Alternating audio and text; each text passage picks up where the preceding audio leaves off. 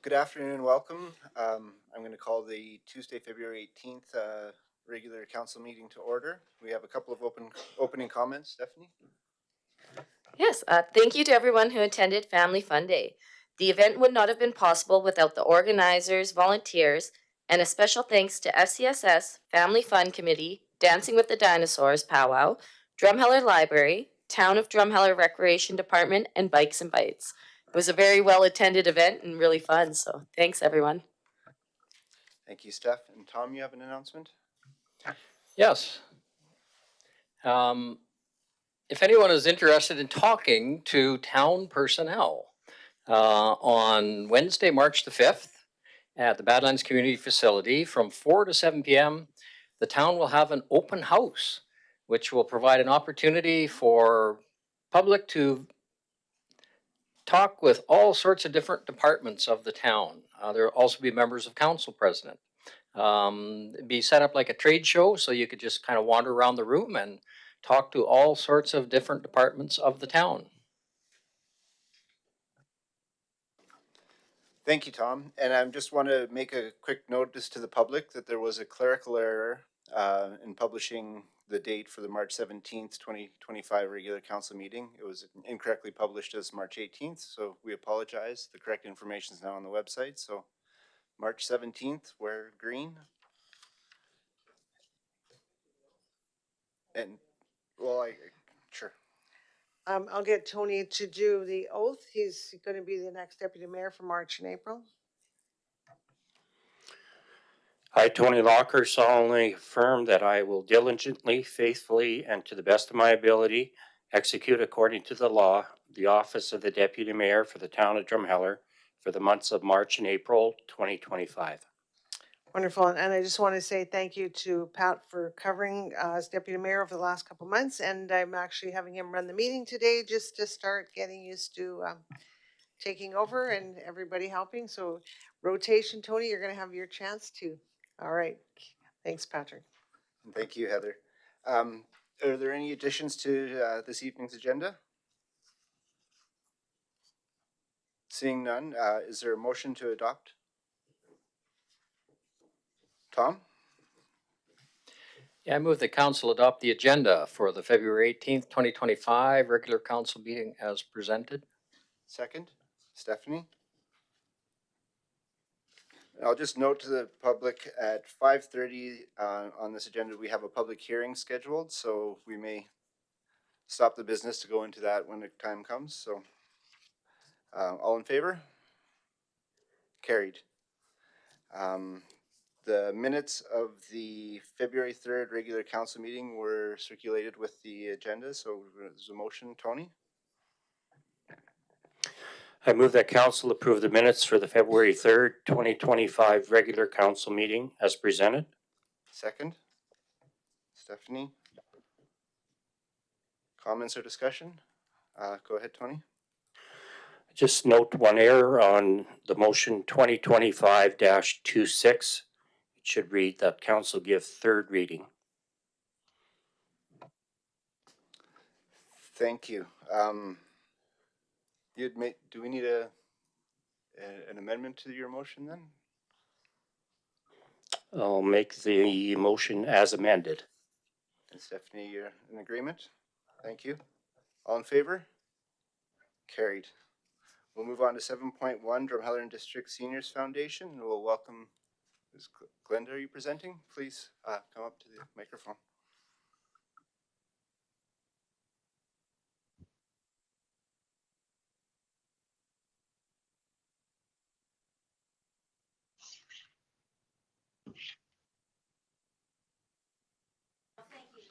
So, to put the button. Sorry, not used to this stuff. thank you, David. Okay. Thank you, Mayor Colbert and Council for inviting me to your meeting today. In your package, your board package, you should have, or your council package, you should have had the foundation's proposal for the Sunshine Hillview Kitchen, walkway, and parking lot information. And I will be addressing these matters as we go forward.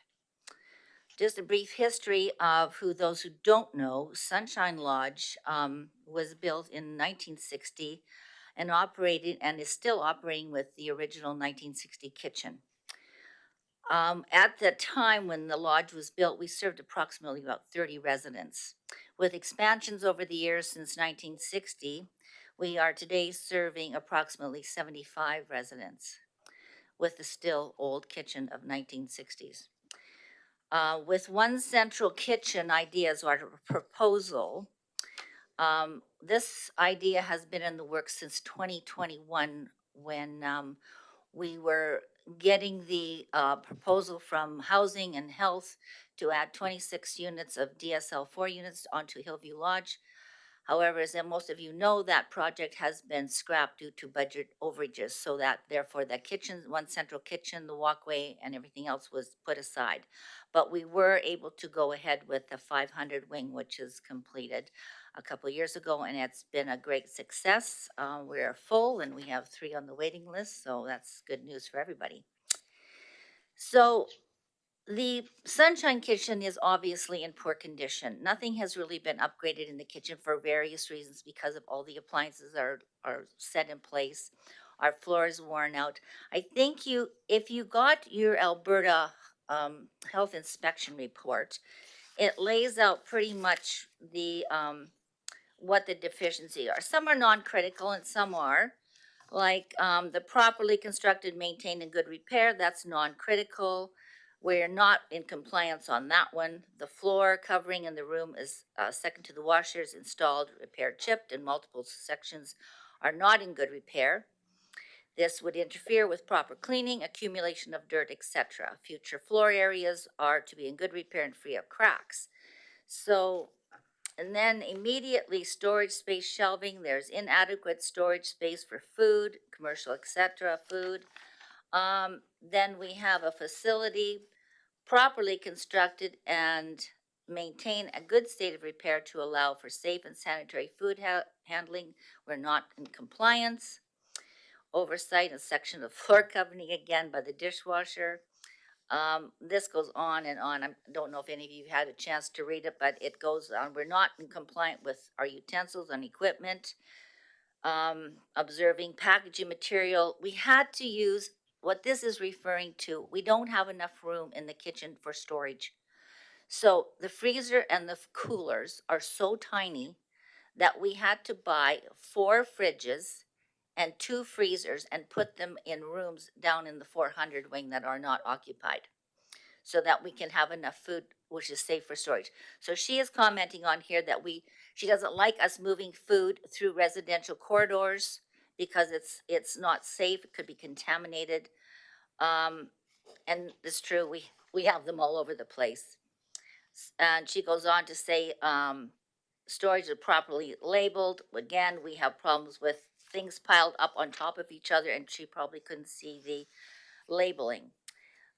The operator does approve methods of cleaning and sanitizing of equipment and utensils. That's critical. We are in compliance with that. So there's a lot of stuff that we're in compliance with, but a lot that we're not. So hence, I think the 1960s kitchen has sort of outlived its life. So since 2021, the board of directors and all of us myself on the board have been going over and over and over, and where can we locate this kitchen? Believe it or not, we have 6 options that was given to us from our architect, none of which the board was happy with until the final number 6, which is you guys should have that plan in the drawing in your board package. It's going to be located right in between Hillview and Sunshine Lodges, which gives us easy access to both lodges. Now, with the one kitchen, of course, we're going to need the walkway over to Sunshine, and we'd be attaching mostly to Hillview side. So we're going more to the west side on Hillview, so we don't get involved with that culvert business that runs right through the property. So that was approved by the board. They liked that idea, and that's what I'm here to present today. So with one central kitchen, we would be saving approximately with staffing and food services, probably about 38,000. This is a good guess on my part, $38,000 a year. Right now, I'm looking at a $50,000 bill for the heating and cooling units above the kitchen, the old Sunshine Kitchen. They're at their last legs, and that's the quote we got just last week. So it's like we're throwing good money after bad money, because it's just impossible to work with that kind of a situation. So with the present food delivery also is another issue with the Sunshine Kitchen. As you can see on the diagram, where the kitchen is, I don't know, did he point that out? I don't think he pointed it out. In the Sunshine Kitchen, the truck, if anybody has been over there, the truck has to back up, the big 18-wheeler truck has to back up through the parking lot of Sunshine Lodge to the loading dock. He has to wiggle his way through resident parking, staff parking, and it's kind of convoluted and we've had lots of damages to cars, not to mention the safety of the residents, especially in the summertime when they're walking around or else going to their cars. So that is really unsafe. And that same thing at Hillview. He has to back down a residential street on Hillview, the backside where the old hospital used to be. He has to back down that street. Depending on who drives the truck, he's also tried to go down the back alley of those houses, the back alley, and he's knocking trees down, knocking fence down. People are yelling. So it's bad back there too. So if we figured if we could do the parking, as you can see, the driveway is Riverside Drive. The truck drives in, he can drive out, he doesn't have to back up anywhere. That's where we would add the new parking. We're desperately need parking. If you've been there, if we ever had an event, and even board members come sometimes when we've got a big party going on, there's no parking. There's no parking for staff. There's no parking for visitors. They have to park either on Riverside Drive or way out on 6th Avenue there. So it's kind of hard. So we figured while we have to make the driveway, we might as well make the parking lot. So that's why we've included the parking in the proposed construction. So the kitchen will be closer to Hillview Lodge. They will back up to the loading dock, and we can service the walkway to Sunshine Lodge, and then we go right. We don't have a walkway. We just butt right onto Hillview, and we're going to the dining room there. Further thinking, we have to start thinking about the future. The board has decided, and they've recommended, that we should be looking at housing people in the Drumheller and district area that we don't particularly house right now. People are wanting to stay in their houses longer, but unfortunately they can't manage. So there's two options we have presented. We can look at an option. This is not in this plan. This is after this plan is over with. In the future, we would like to add some self-contained units onto that piece of land that we purchased from the town by the old hospital. We maybe make some self-contained units there, 1 and 2 bedroom. They would have the ability to have full meal service with us and housekeeping services with us. Another plan would be also to demolish that old 400 wing that was 1960s 400 wing, like we did the 500 wing, and make that into maybe 2-bedroom units. Maybe we have to do less because we don't have enough land over there, but we could maybe do 5. This is in the future. So by thinking ahead and planning for the future, because obviously the foundation is going nowhere, we have to think about what's going to happen to the rest of us when we're all kind of going to be in there someday. So that's why, hence the one central kitchen. On that note, I will just let you know that I did reach out to Ralph Hubley. Ralph Hubley used to work for Alberta Health on their capital projects. And when we submitted our application for the 13-unit small care home grant to Alberta Health it's been a year and a half now. We haven't heard anything. So that was in October of 23. I completed the application and we have heard nothing. So I reached out to Ralph and he emailed me back stating that Alberta Health Capital Project Department is now merged with Alberta Seniors and Housing Department into their own group because they know health and housing for seniors is imperative. So they've just amalgamated in January, and he states that they still have our grant on their file. So the hope is all not lost, but I don't know. And he said, so he says, bear with us. We are going through project by project by project to see which they're just getting their eggs all in a basket together. They don't really know what they're doing up there right now. So they're organizing. So I said, okay, we'll be patient. If you could, and I think Ralph, he knows what we're up against. He's been here to our lodges several times when we were thinking about building that SL4 project. So he's been here and he knows that Drumheller is in need of a great, more SL4. Now, SL4 units is what we don't have that anymore. They call us a type B now.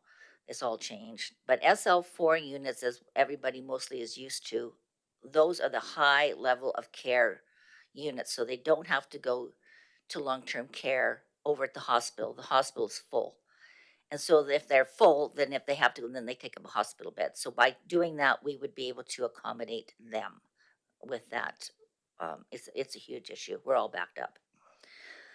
So I think that's basically everything in a nutshell. We would potentially like to borrow 3.5 million. I've talked to the bank. Right now we have a $5 million loan for that SL4 project or SL5 project that we did over at Sunshine Lodge. That was taking the old units down. We built 8 one-bedroom units with patios.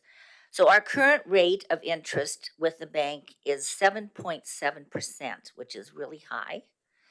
So the bank is willing to give us, they would combine that loan with the $3.5 million loan at a lower rate of 5.45 to 6%, which would be a substantial savings to us for the payments.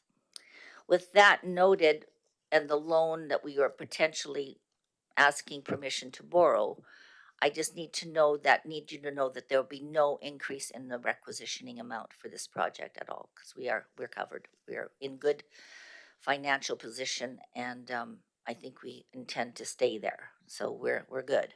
So I just wanted you to know that. So I have to ask the municipal partners for permission to borrow. Once I have all my partners, which includes Starland County, Warren, Delia, and Munson, if they approve us along with yourself, then I have to send a request into the Minister of Housing for his final approval for us to borrow the money. Once that is completed, then we can start building. So that's why I'm here today. So thank you for your time. Any questions? Thank you. We put the motion on the floor prior to questions. There is a proposed motion if anybody is willing to. Tony, thanks.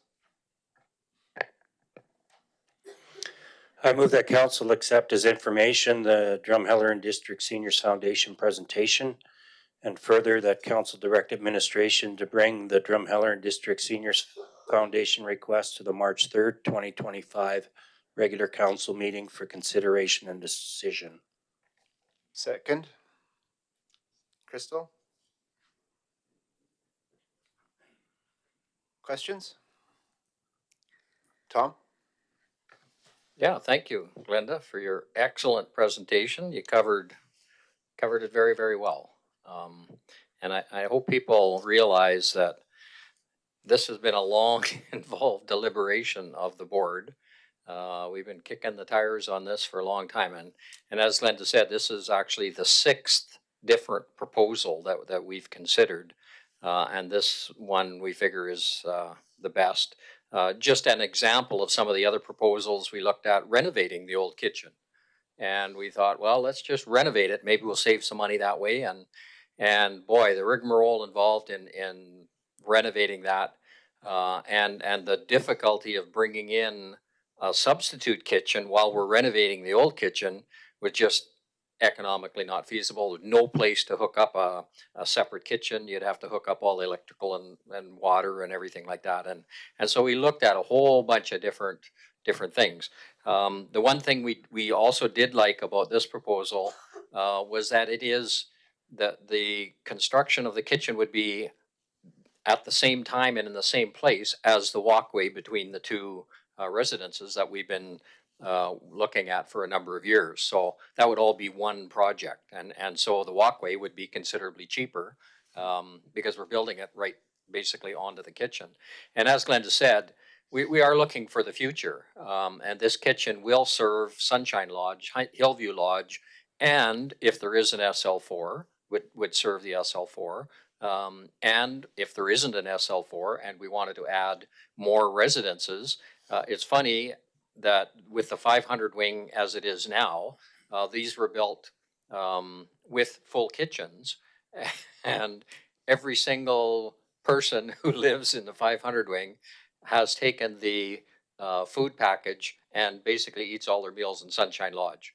So we're kind of anticipating we could build seniors residences with kitchens, but a lot of those people would also want to eat in the lodge. And you can't really see it on there, but right next door to the kitchen is a multi-purpose room of Hillview Lodge that could very easily be adapted into a dining room for the residences of the new build. So we're kind of looking for the future, and hopefully this will work.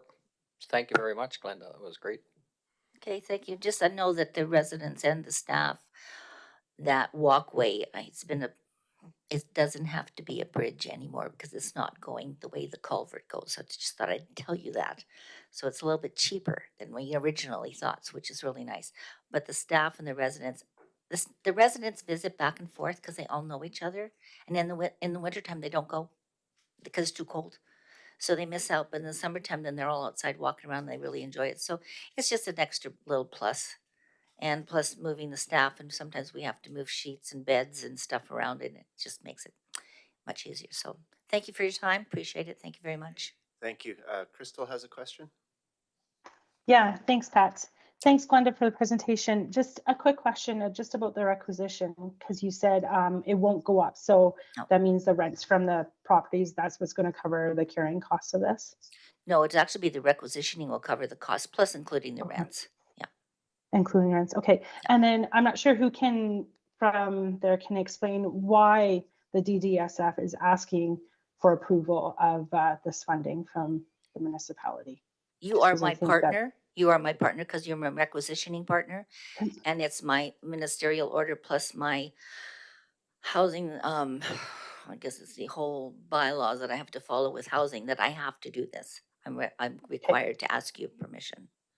Yeah, and I just wanted to make that clear for the Okay. general public too. Thanks. And Tom answered one of my other questions, was that even though this kitchen hopefully will get built, doesn't mean that when the SL4 comes, doesn't mean they're building a new kitchen. This will be able to house any new future development for seniors housing. So that's Correct, good yeah. to know. We have to have a kitchen so we can accommodate everybody.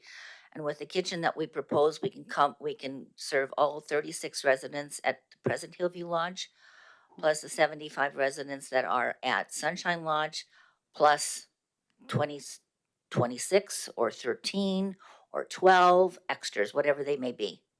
If it goes to SL4, we will have prepared in the kitchen because that needs an extra. Sometimes we have to puree food and things like that for people who have trouble eating. So we would be equipped with that. We have the kitchen plan. It's kind of hard to see on the one I sent you. The detailed plan, we have a bigger version of the detailed plan. It's got stations for all the stuff that we would require for all those seniors who need that higher level of care as well. No, that's great that you're thinking about the future too. So thank you, Glenda. Thanks. Heather? Thanks, Glenda. So just curious on those, how many of those 400 old rooms aren't used? Right now I have 7 used out of 16. So you only have 7 out of 15. And the rest are storage. And on those new 500 wings that you built, they're all full and you've got 3 waiting. Does the revenue you make off of them cover your loan? It was supposed to before COVID, and then COVID hit and the price went up crazy, so it doesn't quite cover the loan. That's why Okay. we use some of the requisitioning money along with the rent to cover that. Because our payment right now is $46,000 a month with that 7.7%. It's a doozy. Okay, so I guess Yeah. where I'm going is, so we all know there's lots of residents wanting to move into Yeah. Sunshine. And I agree, I know quite a few that are in the 500 wing that the kitchens are, they don't use them. No. So just curious between Tom and you, how, like, have you considered the like building that, Yes. get rid of But- those but get- 400 wing? Yeah, get rid of the Because you 400. could probably increase your revenues Yeah. to offset the cost of those plus the 500 wing, and actually pay the payments probably even better, because first off, you wouldn't have any kitchens. We would make if we did demolish, our plan is if we demolish the 400 wing, because the 500 wing is so popular, we would really downsize those kitchens. Exactly. We would maybe make an apartment sized fridge and maybe just like a stove Microwave top or and whatever. a microwave. Yeah, that would be Yeah. no ovens, but that make the living part a little bit bigger. Because I mean, for $325 a month for food, I mean, I should move in. That's pretty cheap for the food package. Well, yeah, and that's Yeah. where I guess I was just So- trying to calculate myself when Yeah. I figured out, I didn't realize it was so few of the 15 being used. So that's huge revenues that are I being mean, they lost. do use now. The nice thing about the kitchen, so when we're in outbreak or when somebody in the 500 wing gets sick and they have to be in isolation, they're fully prepared to cook their own meals. Microwave, fridge, freezer, they've got it there. So that's kind of the handy part. And we've had that happen. So we don't have to go and run and give them meals. They can do it in their own room. Or we can give them something and heat it up and it's great, which is a plus. But again, I think we maybe overthought the kitchens a little bit. They are beautiful. But again, they use them, but not like they should be used. Right, so there, but you'd be able to save quite a bit of money by not having to put all those kitchens in. That's what we. It just, yeah, so I know, again, it's about spending money. But I look at it and you'll probably actually save money on that. So I'm glad you're thinking that way. And, just curious, on the parking lot, where you're looking at putting that parking lot, is that where all those, like that area that's been all cleaned up, is that No, where? that's on more towards us. You know, if you go there, you know where our gazebo used to be. There's a round concrete pad, and then there's that row of I think they're lilacs. We're taking that row of lilacs out. Oh, So okay, it would it'll just go basically be from this way to the end of Hillview. right off Riverside to Yeah. Hillview So there. it doesn't go into that new part at all. Okay, No, so touch that, yeah, so I was curious, so that Yeah, new we wanna part save does that. have that opportunity for future build and the SL4. Yeah. Okay, all right, well, no, well done, thank you for sharing all this, and I'm excited that you guys are looking to the future, because obviously there's a lot of us Yeah. getting up there that are I've going to also need somewhere. been in touch with CMHC. They do have a refurbishing loan out. We can get or grant. Their process is long and tedious, and I thought, or tedious, and I thought that perhaps we should start applying for that 400 wing to do something with it. Now's the time to do it. So I've been in touch with them. They sent me all the forms I need to fill out, and pray for me because it's long. No, and I'm glad, because that was one of my final Yeah, things, is 'cause that we have need you help. checked into them, because Yeah. if they're willing to support that. Yeah.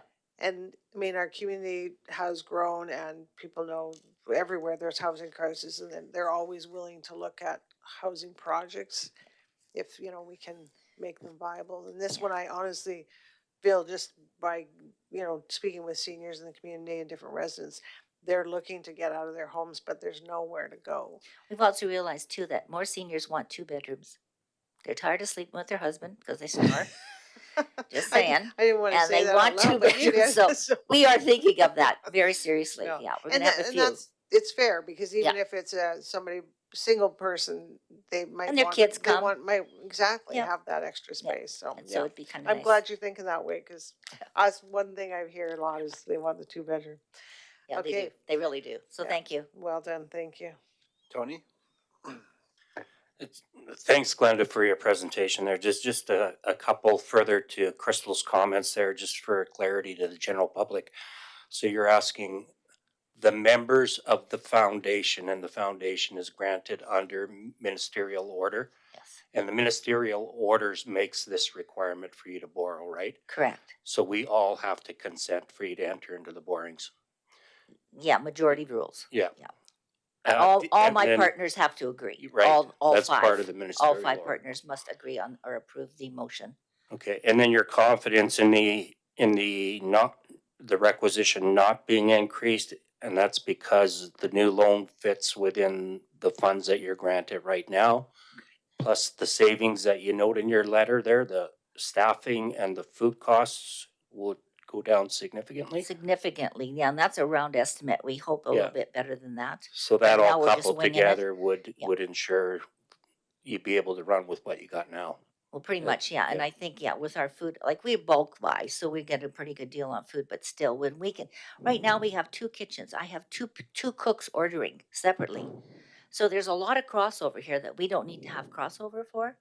So by having one head cook, maybe, and two second cooks, and the meal planning and the menus, it's time management. It'll be great. Mhm. So one person's ordering the groceries for all the lodges instead of this person over here and that person over there. They don't know what they've got, and our inventory control is not good, especially at Sunshine, because we got stuff all over the place. So it's just Those will be It's better. additional savings that come in Yeah. to play. Yep. Okay, and then my final question is on the AHS inspection. The new kitchen will obviously address the deficiencies, but is AHS patient enough for that to happen, or do you still have to deal with the deficiencies till you get the kitchen running? I've asked them for some patience here because I said we are seriously considering a new kitchen. It's been in the works for so long, but there's a process. She has agreed. So what we sort of done is we've patched some of the floor with some leftover linoleum that we had in the basement, and some of it we can't patch. I just don't know what to say about that. So we painted it. So maybe that'll help a little bit. But we're dying to do the best we can. I can't buy any more dishwashers. They're breaking left, right, and center. So I'm renting them now. I'm leasing dishwashers because I don't want to buy any because that's cheaper. We've got a package of repairs. The rooftop units are scaring me to death. The AC and the heat, they're on their last legs. They've been there since 1960 and we keep repairing and patching, but they say we're running out of material to fix and patch, so I don't know. So yeah. Well, thanks. It's an aging building, so it's just part of going ahead. So I'm happy to see your vision is looking ahead. So I have a vision. My board is mostly with me, so I think they're all on board, and we're really looking forward to the future and making this place like almost a campus for seniors over there. You got one-stop shopping, just hang out and here you come. And we want to make it nice. We want to compete with the cities. We don't want to lose any more of our seniors to Red Deer, Calgary, even Strathmore. We don't lose any more of them. Why should they? So if we can make it pleasant for them to stay, I think it's in we really need to do it for them because they deserve to stay in the community and be here with the people that their families and the friends that they do know that are left. Thank you for the presentation. Upon receiving the ministerial order, if it's successful, do you have a timeline for the project or estimated construction time? Well, it depends on you guys how they know that runs slow. So I have to have motions from all the different municipalities. Once I get them all in, I hope to send the minister a letter of request by late March, early April, if possible. And I would want to get it in there before they all go away on holidays because it's so slow up there. So I want to have the approval before July because if I don't, I'm hooped. So if I get approval in June, I'll push, then the RFP, I've got an RFP started with my architect, and we'll send the RFP. I have 3 builders I've already chosen that we would send them out to. And once we pick a builder, then we're off to the digging. And that would be completed within Hopefully by second. August, September. I'm optimistic here. I don't know. Okay. Further discussion? Go ahead. Thank you for the presentation. You did a wonderful job. I was just wondering if there's any concerns over the length of time it takes of the interest rate changing at all and affecting anything. Well, if we can get it started, if I can get approval from you guys, I go right to the bank. And he has said that it should hold. I just don't know about this US thing. I'm a little worried here. So I don't know, but he said so. The sooner the better. But I understand processes like this run slow. So I'm hopeful, but I can't guarantee. I don't know. Thanks, Glenda. Okay. Thank you. Heather? Glenda, have you got approval from the other municipalities already? Starland County has approved. I just got an email before I came over here. Okay, so you just got us and 3 others. Yeah. Okay, thank you. And thank you to the board and all of you, because I'm glad that you're looking after our seniors. Well done.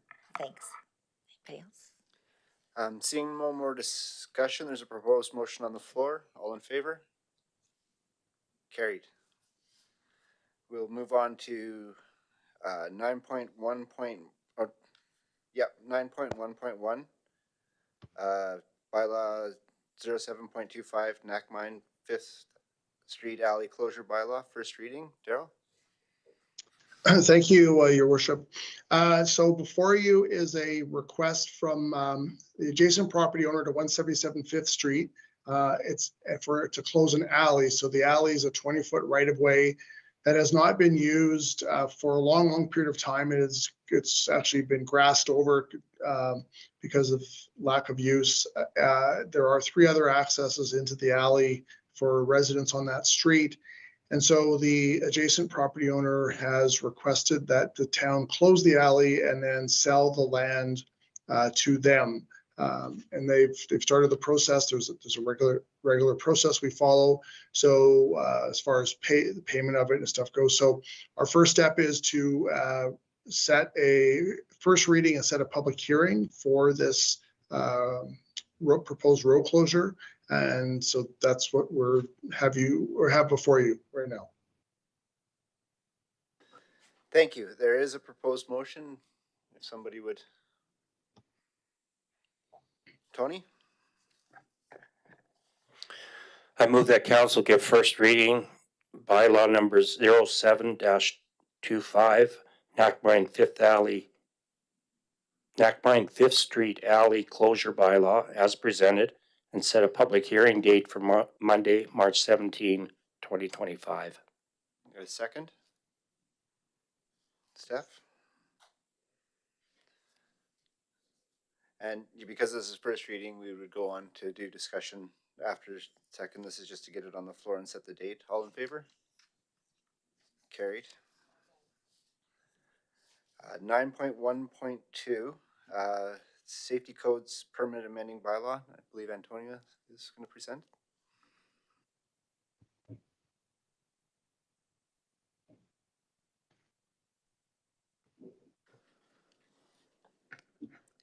Good evening, Mayor and Council. Thank you for having me this evening. My name's Antonia. I'm the Development Officer here within Town Administration. Today I'll be presenting Safety Codes Permit Amending Bylaw 8.25 for first and second reading. This is an amending bylaw for the existing Safety Codes Permit Bylaw 15.24. So the Safety Codes Permit Bylaw was adopted in July 2024, and we've been working with that bylaw since then, as this has been in use for a number of months now. As part of the administration review, there are a number of recommended changes as the permit has been used. So a number of these changes are to do with the fair and reasonable refunding of permits that have been cancelled, withdrawn, or surrendered. A slight administrative change to the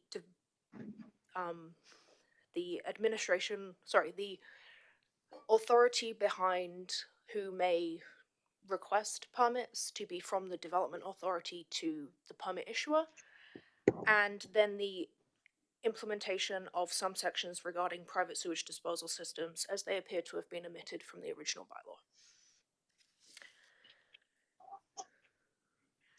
So as section 5.2, permits required gives the development authority the decision on who can, the direction on who may make the discretion on who requires building permits. The development authority is not defined within this bylaw. However, the Municipal Government Act does state that a bylaw must be created to form a development authority. The town's land use bylaw outlines who the development authority is, that being the development officer, the municipal planning commission, or in the instance of a direct control district, yourselves as council. Unfortunately, within this bylaw, per the Safety Codes Act, the Municipal Government Act, and our permit regulation, it's not quite the appropriate authority to have within this bylaw, and the recommendation to change that to the permit issuer is being made within this bylaw. That being said, the permit issuer would be a safety codes officer or a person designated to issue permits under the Act. Our permit issuers within the within administration we have two. There is a designated permit issuer, and then the development officer is also a permit issuer for the town. We also have the safety codes officers who can give that advice, as well as permit issuers for our agency that we use, which is Superior Safety Codes. In regards to the refund process, there are a couple of different changes that are being made here, or proposed to be made, sorry. So permits are reviewed under different situations. Building and private sewage disposal systems require a plans review to be completed prior to that permit being issued. Those plans reviewed are completed by our safety codes officer, and as a requirement of our contract with the safety codes agency, that payment to that safety codes agency is made upon that plans review being completed. We've run into some issues specifically with building permits in the past with the refunding section, which is recommended at 50% of the permit fees. The safety codes agency does hold back their portion of the fee, which in some situations is larger than that 50%. So unfortunately, over the last couple of months, the town has received a slight deficit for refunding those permits, which is why we're recommending putting in that no refund shall be made if a plans review has been completed. Administration is also recommending to implement a section as no refund shall be made within 90 calendar days that have been passed since a permit was issued, and that aligns with our permit regulations, section 25. There's also a slight section changed to the private sewage disposal systems section. They're not permits that we see very frequently. I think we've seen 2 in the last 3 years, but it does crop up every now and then. This permit bylaw has not had that section written in, unfortunately. Thank you. Thank you. There's a proposed motion for first reading. Tom? I move that council give first reading to bylaw number 08.25, amending bylaw for bylaw number 15.24 as presented. Second? Crystal? All in favor? Carried. There's a motion for second reading. Steph? I move the council give second reading to bylaw 08.25 amending bylaw for bylaw number 15.24 as presented. Second? Tony? Discussion? Tom? Just looking at 5.2.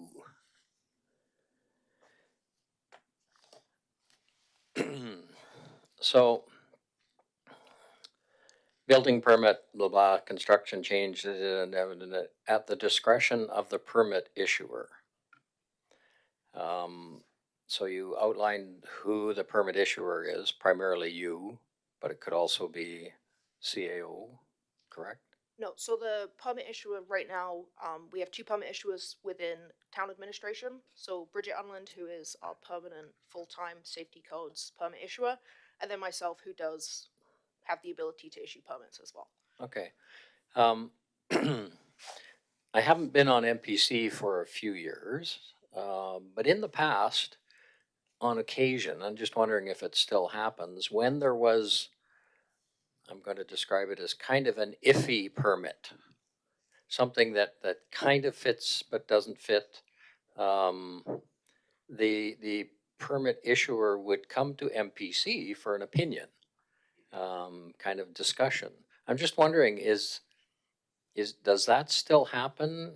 And if it maybe should be put in here that there could be, a review by MPC.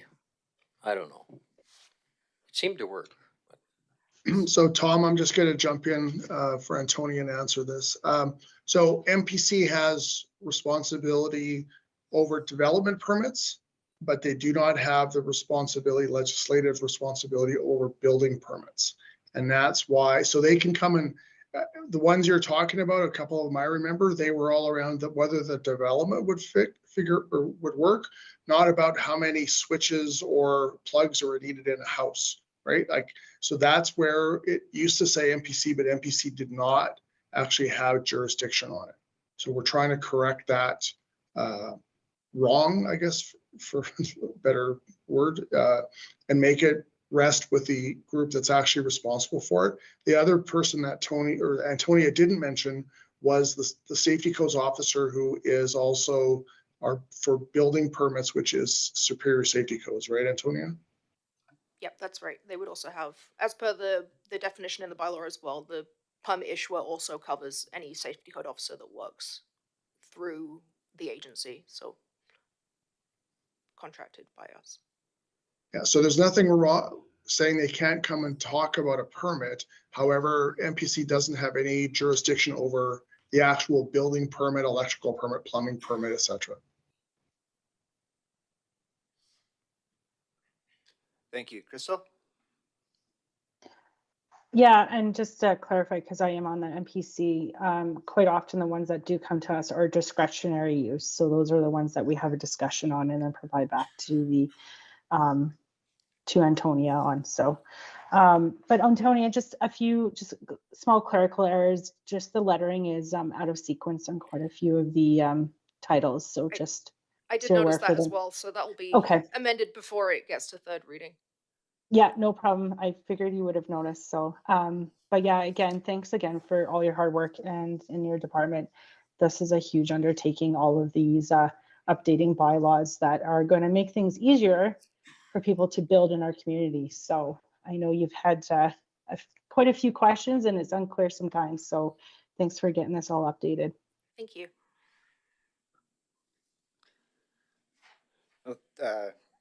Yeah, again, thank you for bringing it forward just for workability, practical reasons and efficiencies. We've got a motion on the floor. All in favor? Carried. Thank you. What time is it? 5:18. Yeah, we'll move on to 9.1.3, library board appointments. Daryl? Thank you, Your Worship. So this is the reappointment of two members of the library board. So the library board, even though they're their own entity, the appointees must be approved by council. So there are currently two people, one whose term has expired and one who's about to expire, Jade Scott and Tracy Ablegard, who the Drumheller Public Library Board has recommended be reappointed to the board for a 3-year term. So the agenda includes their sort of redacted information about why they'd like to continue on. I believe that Stephanie could probably speak to what a great, two great people they are. I think if I recall, Jade is currently the treasurer of or the secretary of it. So but anyway, so we're looking for council to approve the appointment of both Jade Scott until December 1st, 2027, and Tracy Ablegard until March 7th, 2028. Go ahead. I motion that council approves the appointment of Jay Scott to the Drumheller Public Library Board for a term of 3 years, beginning December 1st, 2024 and ending December 1st, 2027. Second. Steph? Discussion? Go ahead, Steph. Thanks, Pat. So I'm super excited that both Tracy and Jade want to continue on with the library board. They've both been a huge asset to the library board, and their many hours of volunteer service hasn't not gone unnoticed. Jade is currently the treasurer, and we have changed the pay system, and all the work Jade has put in has been phenomenal. So a big thank you to both Jade and Tracy. Thank you. Hearing no other discussion, all in favor? Carried. We've got a second motion that counts. Would somebody make that motion? Steph? I move that council approves the appointment of Tracy Ablegard to the Drumheller Public Library Board for a term of 3 years, beginning March 7th, 2025 and ending March 7th, 2028. Second? Crystal? Further discussion? Hearing none, all in favor? Carried. We're at 5:21. I think we can do this in 8 minutes. We'll go 9.2.1, Scarlet Berm Engineering Construction Scope Changes, and we'll invite Spencer. Thanks.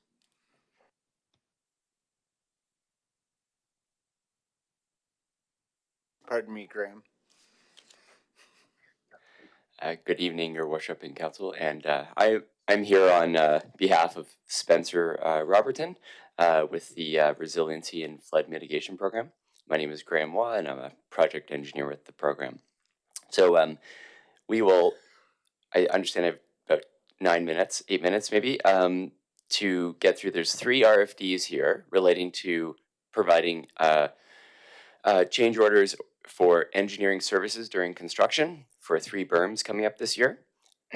They're each a separate RFD, so maybe I'll start with the 2 are kind of going together, and maybe we'll have to save the last one for after the next agenda item. So I will be starting with the Rosedale Scarlet Flood Protection Project, and so that project involves the construction of 2 separate berms, one in East Rosedale, which is a longer section, about 3.2 kilometers long, and one in West Rosedale at the end of First Street, which is a short section along the Rosebud River with a very limited footprint and some complicated construction. The construction contract for both of these berms was awarded to Padernis Incorporated on February 3rd. For a total value of $6.2 million. And along with the construction contract, there is also the need for engineering services during construction and after construction.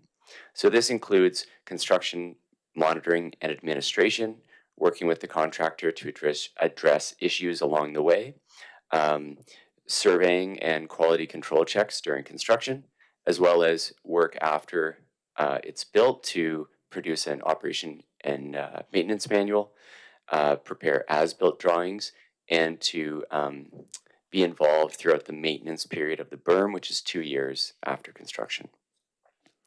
For the Rosedale Scarlet Berm, each of the separate berms was designed and engineered by a different company. So starting with the Scarlet Berm, that was designed and engineered by Kerwood Lytle Associates, and they have submitted a change order to provide those engineering services during construction at a total value of $173,192.40. This amount, combined with the construction service budget for Rosedale provided by WSP, combined together, those two values, excuse me, are within the normal amount we're seeing on previous projects, the 15% of total construction costs. So they're in line with the previous construction service amounts that we've been seeing on past berms and Drumheller.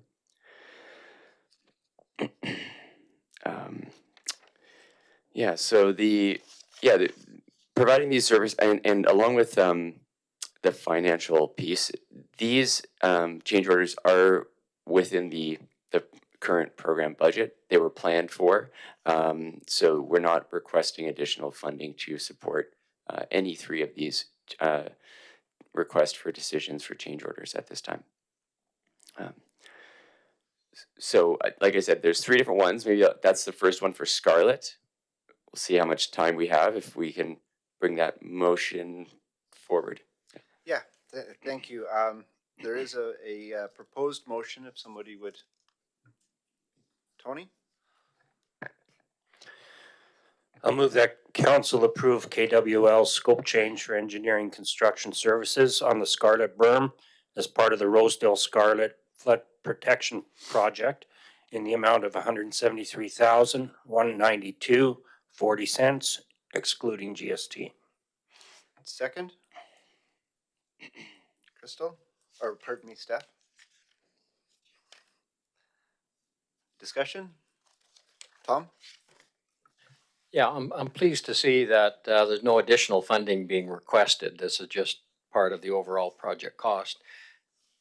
It's still, I don't know, I'm not an engineer, and it always kind of confuses me that we have a project, we have an engineering company detail that project, you put it out for tender, a construction company bids on that project, basically agreeing to all those details. And then we have to hire another engineering company to make sure that that company is adhering to the engineered drawings and that all. Could you comment on that, because that to me is a little bit of bureaucracy that maybe. Yeah, I can understand where you're coming from with that, and that would be a common perspective to ask that question. You know, we're at construction. Why do we need engineering services? And this is something that has evolved over time.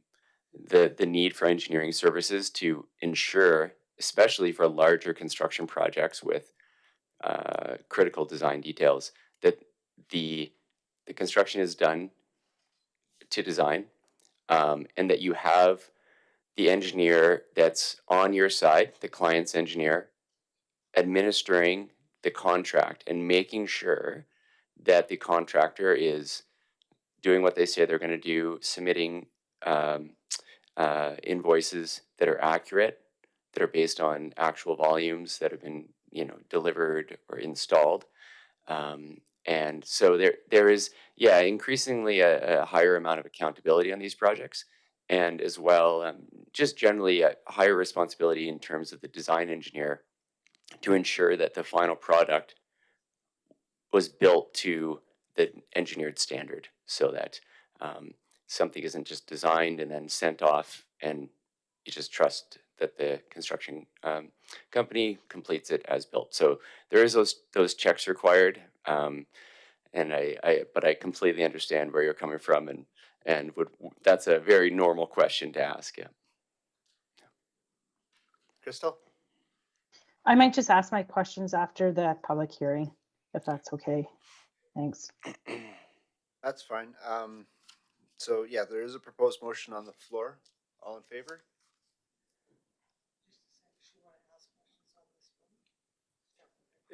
Yeah, just for clarification, Crystal, do you want specifically on the Scarlet one, or is it a general one about the changes? Yeah, it's just a general about all of it, so it's fine. Okay. It's not specific to the Scarlet. Thanks. Okay, great. Thank you. Yeah, I'll again call the vote. All in favor? Carried. And yeah, we will take a break now because we do have a public hearing slated for 5:30. Thank you, Graham.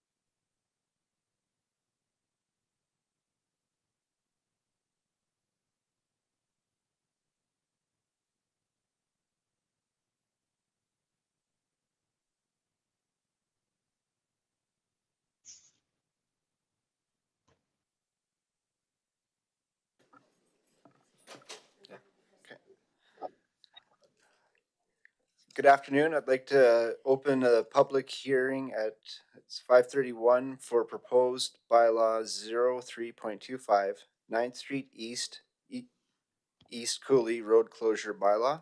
And I'll invite CAO Daryl Domorowski to speak on this. Thank you, Your Worship. So I think everyone can see a drawing on their screen. Is that correct? Yes. Yes, Okay. we can. So this is a proposed road closure for the cross-hatched area of 9th Street East in East Cooley. The adjacent property owners that own lot 1 and lot 2, it's the same person, has requested this road closure. This was actually requested a couple of times, and now we're moving through with it because the structures that are on this property encroach quite a bit onto the hatched area. And so they have already lost one house sale because of the fact that the pump house or the well house for this house in here is actually in this cross-hatched area. So they've requested this road closure. The town supports it. It's a very unused or underutilized road right of way. The actual road is in this area between the sort of the bottom of the word street and this side here. This is all, as I said, a number of little structures that are adjoining this property. The fence line for this house goes well into this property as well. So basically what we're trying to do is correct an issue and primarily because you cannot move the well easily and some of the other small attached buildings.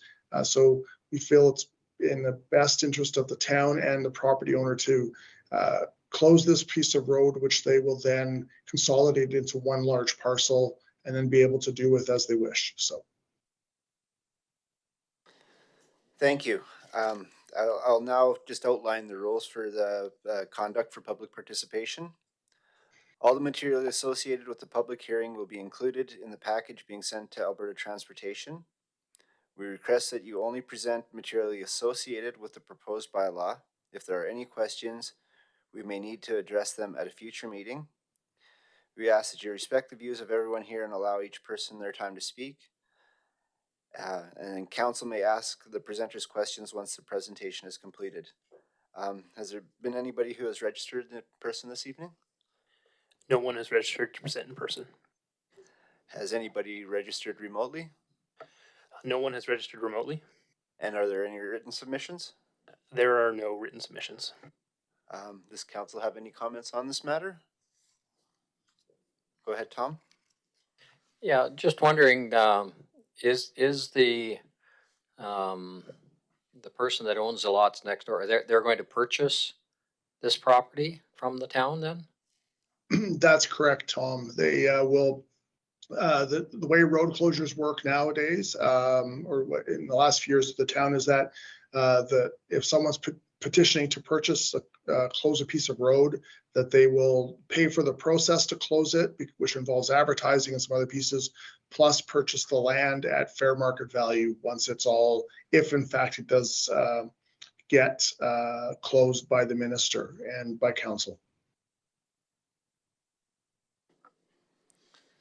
Thank you.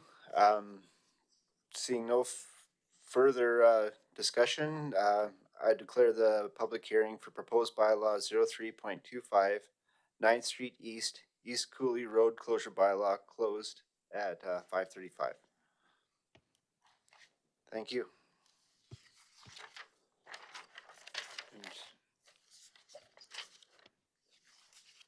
If we're ready to resume, we can go on to 9.2.2 Nackman Berm Engineering Construction Services Scope Change, and thanks again, Graham, for the patience.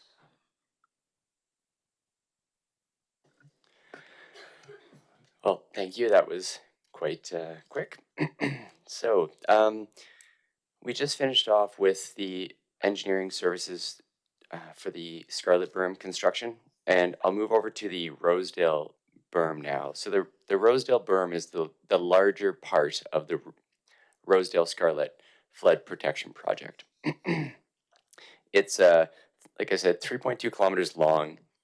It involves an additional short section around the lift station and also some specialized floodgates near the suspension bridge so that those can be removed and people have free access to the bridge. And the stop log floodgate can be put in place prior to a flood event. So that scope of work for construction engineering services has been presented to us from WSP. They were the engineering consultants on that project. And they have presented a change order for engineering services of $780,849, excluding GST.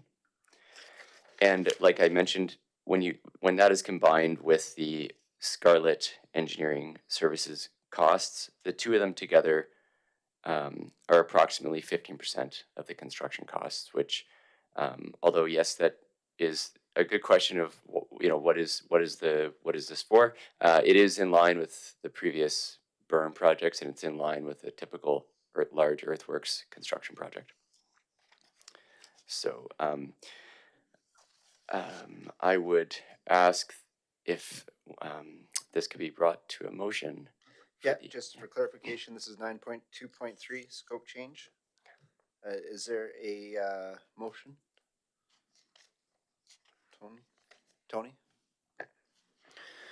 I move that council approve KWL's scope change for engineering construction services on the Rosedale berm as part of the Rosedale Scarlet Flood Protection Project in the amount of $780,849.00, excluding GST.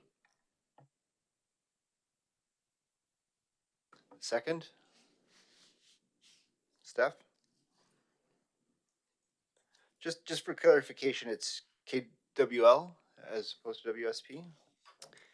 I've got two different versions of the agenda here. So. I did note that in the agenda, the same company name is listed for all three of those motions, whereas in the details in the RFD document, each one has correctly specified KWL for the Scarlet, WSP for Rosedale, and also WSP for Knackwine. WSP for Knackwine. So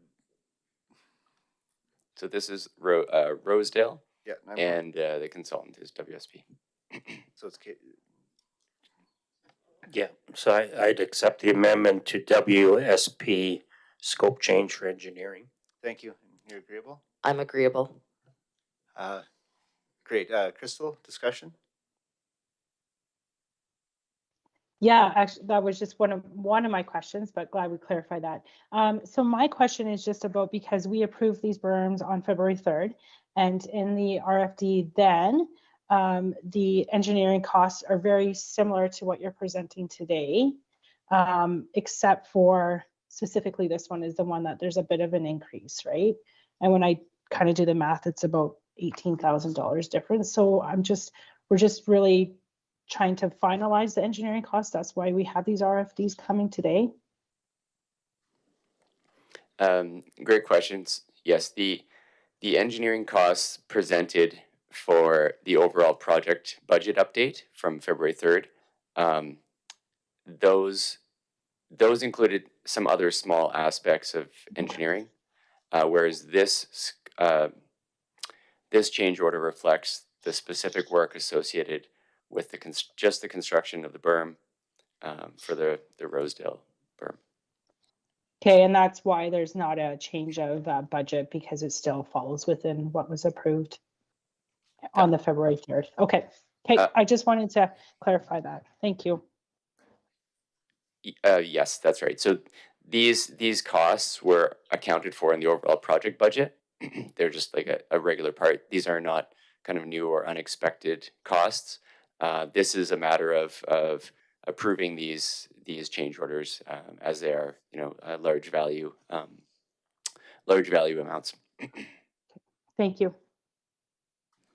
Further discussion, Heather? Yeah, you kind of these prices. I mean, obviously we saw them and stuff, it still puts us between a rock and a hard spot because we really don't have any say about it.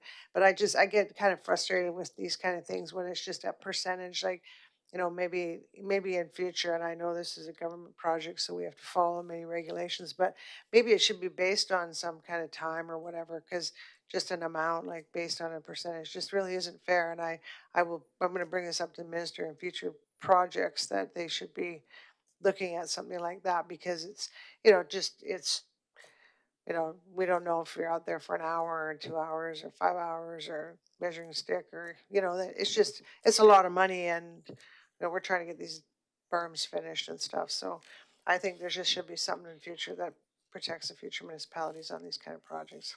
Thanks, Graham. Um, I understand what you're saying, and maybe to clarify, we're presenting the kind of line task costs with a total value. That each consultant provided us with a detailed cost estimate and proposal with estimates for broken down into a lot of small tasks of surveying, construction QAQC, meeting time, you know, the time needed for contract administration, invoicing, operation and maintenance manual. All those tasks are broken down with hours and hourly rates. We haven't included that in this package because it includes basically, you know, proprietary financial information of each of the, you know, what the companies is providing based on their own pricing. So yeah, when we say it kind of, the total price of the engineering services is about 15% of the total amount. That's a kind of calculated after the fact to say, is this reasonable? And that would be a check we're doing. And, you know, I think in general, the consultants are aiming for that sort of price, but they are only going to invoice and charge us for the actual work they do. So time on site and things like that are documentable. You know, like they have to actually submit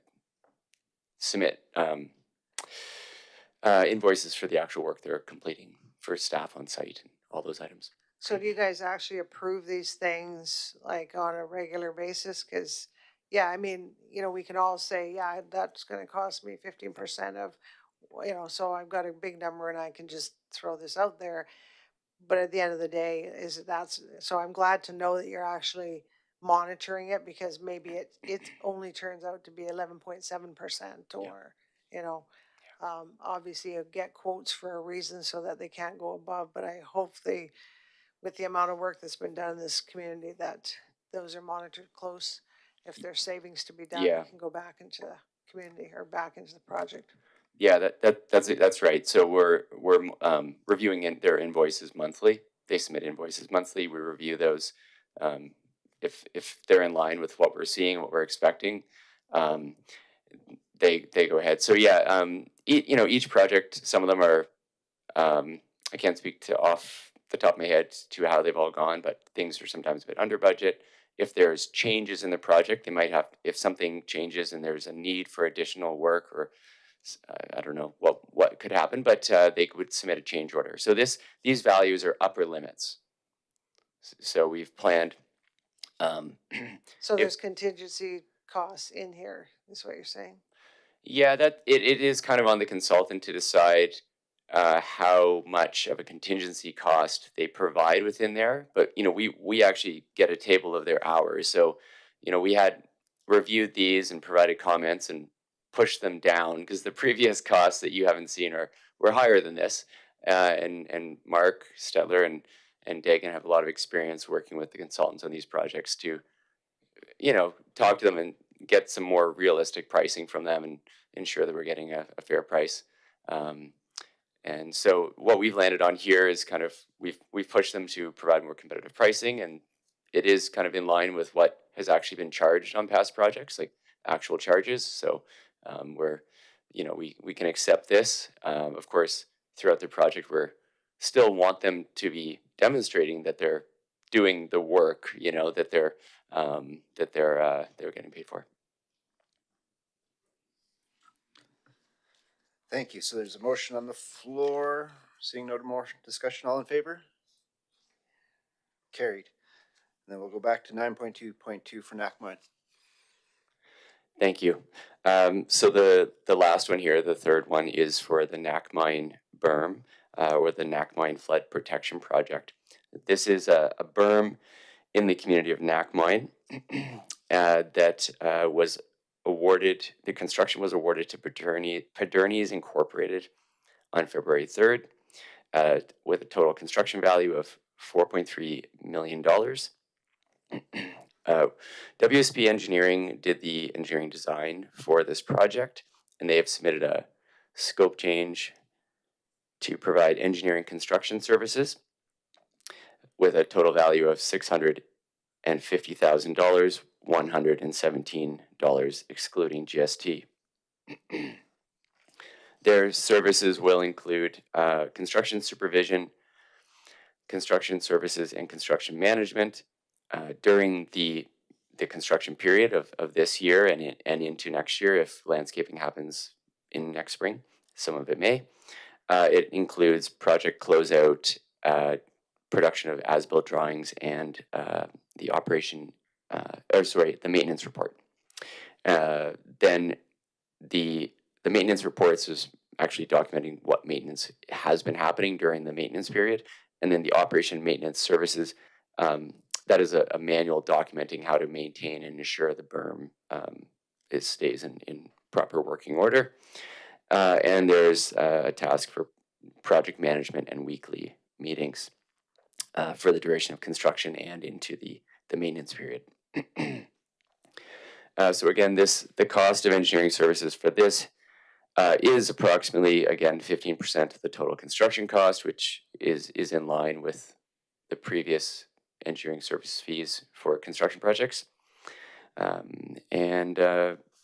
new funding is being requested for this request. It falls within the existing planned budget for the overall project. So Thank you. There's a proposed motion. If someone would like to take a look. Tom? I move that council approve WSP's scope change for engineering construction services on the NACMINE Flood Protection Project in the amount of $650,117, excluding GST. Second? Tony? Further discussion? Tom? A little bit off topic. I'm just wondering, will the flood program have representation at the March 5th town hall day? So anybody in NACMINE or Rosedale, Scarlett, whatever affected by this could come and get information about those projects at that time. that's right. Perfect. Yeah, thanks for bringing that up. And we are planning also to have there may be someone from WSP there with a table, just be able to speak to those, because those are the two main berm projects. We'll coordinate that as we finalize the plans for the March 5th open house and who best to be in attendance. Excellent. Further discussion? Seeing none, all in favor? Carried. Thank you. Thank you. 9.3.1 RCMP Civilian Governments Policing Committees. I'll ask Greg to. Good afternoon, Mayor and Council. My name is Greg Peters. I'm Protective Services and Emergency Service, Director for the town. It pleases Council to draw your attention to request for decision entitled RCMP Civilian Governance. I appreciate the tremendous help of Angela Keibel and Mitch Visser in putting this together to help me. Staff Sergeant Harms is here as well. He and I have had considerable back and forth in discussing this new legislation passed by the provincial government. The British government is seeking to enhance civilian governance of RCMP police communities to ensure they have a voice in setting local and province-wide policing priorities and performance goals by creating municipal and regional policing committees as well as a provincial police advisory board. The town of Drumheller is required to pass and implement a bylaw to establish a regional policing committee, which would consist of municipalities listed in the attached schedule to this RFD. Alternatively, with ministerial approval, municipalities may opt out of the regional concept in favor of establishing their own municipal police advisory committee or a joint, police advisory committee with other communities.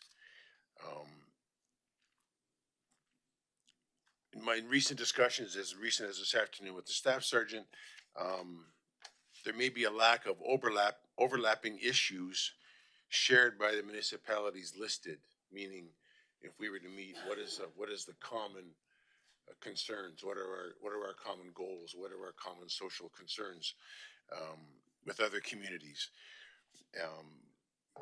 Also, a lack of our proximity for our municipality. I've been involved in policing committees since I was with the RCMP and would attend meetings of the policing committee the town of Drumheller would put on.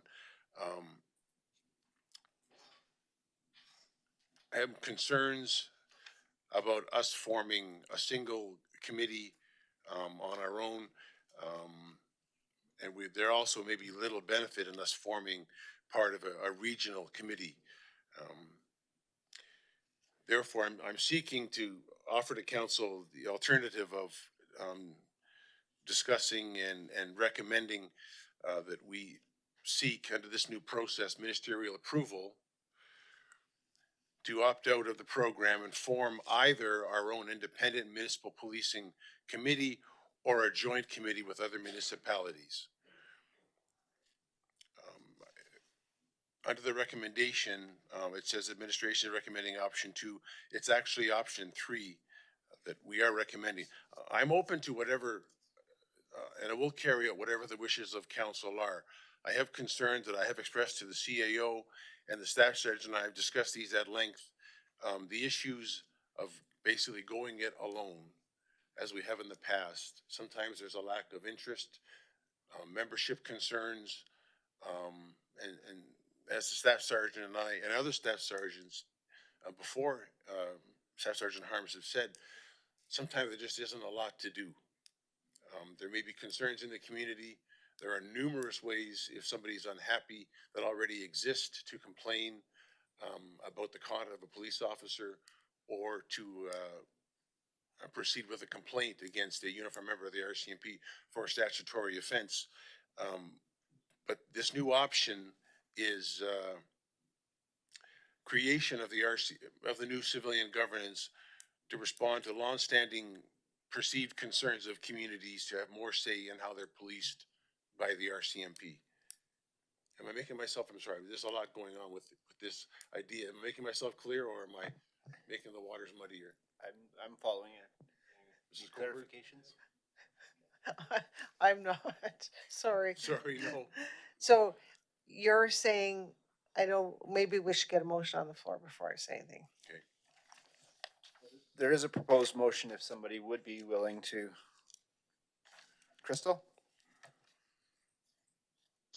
I move that council seeks approval from the Ministry of Public Safety and Emergency Services to opt out of a regional policing committee, RPC, and investigate the possibility of forming a joint municipal policing advisory committee, JMPC, with one or more municipalities. Second. Heather? Go ahead. Thanks, Greg. So you're recommending not to go with all those communities like Banff and Brooks and all that? Well, that would be the natural, if we don't do anything, basically, that'll be the natural progression. Because, yeah, really like Brooks's issues and our issues are, although there's certain things that are, but there's quite a bit of difference. We have talked to numerous communities, the staff sergeant as recently as today, and myself, and since the completion, it's ongoing of this RFD. If, for example, we were to be part of the larger community of the South, and I'm of Banff, say Pincher Creek and Drumheller, communities perhaps of similar size, but policing, aside from being policed by the RCMP in vehicles enforcing the same laws, the local concerns may be vastly different, and what would we have to contribute to each other in a constructive way?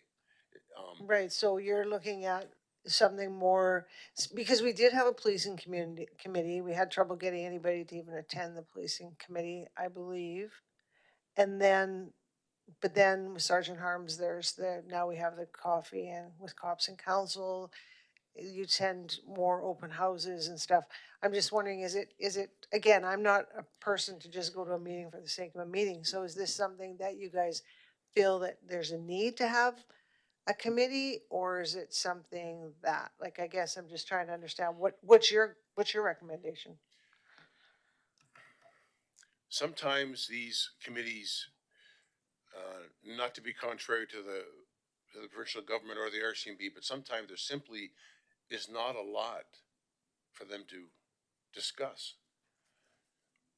Any concerns that, if, for example, Ms. Price tonight after council was to identify a concern to me, a policing concern in the community, I would certainly take note of that, understand what her concerns are, and with her permission, I'd immediately pass on to the RCMP or to see if it's a municipal enforcement matter or is a matter for the RCMP. But we would try to form a course of action and see what is going on and investigate.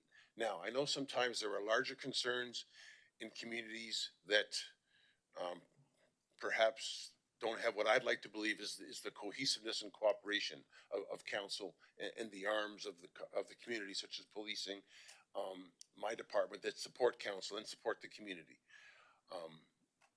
Larger cities, for example, like they will have a commission in the city of Calgary, and they deal with some very tough issues, but it's a much larger community. We all know with much more money involved, much more people, and the complexities, are immense. Um, So I guess that, with with the survey that's being done, Yeah. with coffee with council cops, with open houses that our CMP have, with the reports that are being done, we've been doing all of this for the past year and a bit, and nobody's really said anything about a committee. No, So I this just is- feel like it's, This has just been kind of, I mean, they have a deadline in place, but we have spoken to the province and they're saying, well, just, nobody's gonna meet this deadline, probably very few. So please forge ahead, do what you can do constructively moving ahead. If we don't do anything, we will become part of this regional, right? We'll be part of the regional committee for communities of 5 to 15,000 people. It's not really permitted in legislation, but the staff sergeant was speaking to a couple of our county partners around us of interest, or could we perhaps strike up a relationship if the ministry was to agree? And they've kind of taken the point of view that, well, why would we do anything? The province is going to do it for us. Why would we want the extra work of being part of your? Tom? Rob, if you, anything? Yeah, I'll Go ahead. I'll chime in. Yeah, Greg is right, and it's kind of a big package. Yet we don't have, or at least on my side, I don't have a lot of information about it. But so just to give you a snapshot of my understanding of it, like you are right that we've had a committee here before. And I've been on committees, much like Greg said, at other detachment areas. Those are more driven locally, by council, sometimes not even by council. They're just established. The difference here is the Alberta government has now mandated it. So these committees are happening. And, you can't opt out of the committee. The only thing you can do is explore your options on what best suits you. So there's 3 focus groups that I guess any municipality falls into. The first one is if you have a population of over 15,000 people, that group is mandated to have their own municipal committee. So that is basically the only option from what I understand. We don't fall into that group. We fall into the second group, which is we have a population between 5,000 and 15,000, and that's the group we fall into. So, from what I understand, they're giving us 3 options. One, they're going to set up 4 different regional committees in the province of Alberta. Those committees will be set up in each district that the RCMP has. So we're in the Southern Alberta district. So there'll be one regional committee set up there, and any municipality that wishes to do or participate in that regional committee will have to send at least one person as a representative to that committee. So that's option one for us. Option two is you opt out of that, which, if I understand it right, we're doing, and then you're left with two other options. The other option, so the first of those is we establish our own committee, probably much like Drumheller had before. You would need 3 to 7 representatives to sit on that committee. And I don't think there's much of a mandate as far as, you know, how frequent you have those meetings and so on. The third option is if you're not going to partake in those first two, is you establish what they're calling a joint committee, which is you maybe identify a partner municipality or a couple or a few, it's 2 or more, and you establish a committee with those groups. And that's what Greg was talking about when we look at our surrounding communities. You know, is there enough in common with them to justify having a joint committee with them? I'll give you an example. I spoke to the detachment commander this afternoon of Strathmore, which is one of our next detachments to the south. They're doing a regional committee. A municipal committee. That's already decided. But he and I just spoke, you know, about a joint committee. You know, what would that look like between Drumheller and Strathmore? Well, right away, he would not support that. We have some common issues, but some of his bigger issues are coming out of the city of Calgary, which we can't relate to that.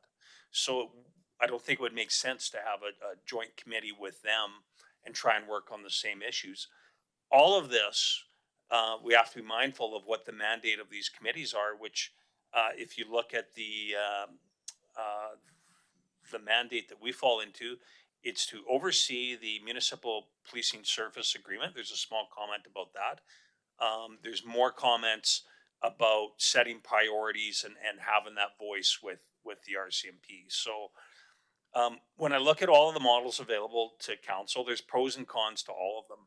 If you opt to do the regional committee, where you would basically send one representative to that committee and be working in a bigger district, um, you know, there's less of a commitment as far as finding number of members. It's probably cheaper, um, but you got to question if your voice is going to be heard when you're sitting at a regional committee in southern Alberta, right? And if you have very specific issues, and you want those issues addressed when you start talking about setting detachment priorities, it'd be difficult to say how that shakes out when you have lots of municipalities at the table.